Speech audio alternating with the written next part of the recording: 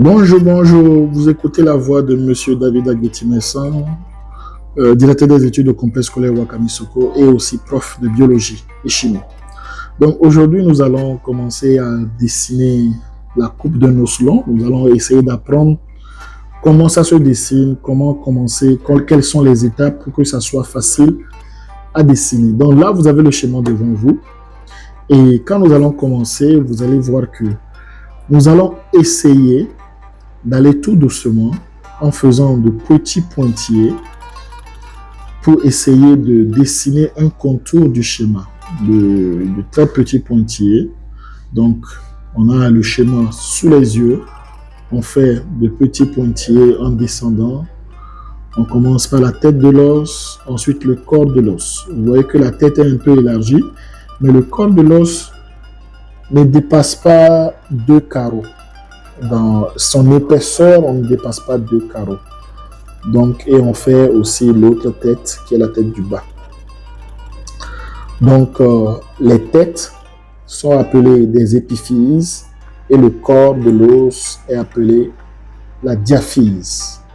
Donc, quand je fais ce contour-là, qui n'est pas très visible, c'est fait exprès, il ne faut pas forcer sur le crayon, il faut aller très légèrement, juste pour avoir un contour et forcer dessus après. Donc, vous voyez, ça c'est à la fin de la première étape, c'est ce que nous avons.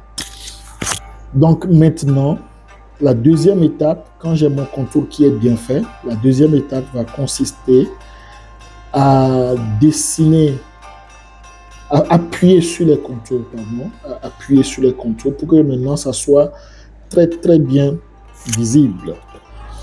Donc, quand c'est bien fait, donc, ne vous inquiétez pas pour les petits débordements, ce n'est aucun problème. Ne soyez pas pressé d'utiliser la gomme. Vous voyez, la fin de la deuxième étape, voilà ce que j'ai. Maintenant, la troisième étape va consister à faire les autres détails du dessin. Donc, je fais tous les détails, je m'applique à essayer de faire un bon rendu, un très bon rendu. Donc, c'est dans cette étape que vous pouvez commencer à utiliser légèrement la gomme pour effacer les imperfections, les quelques détails, les petits débordements. Voilà, on peut utiliser la gomme et c'est bon. Et voici ce que ça nous donne sur la fin. La coupe longitudinale d'un os.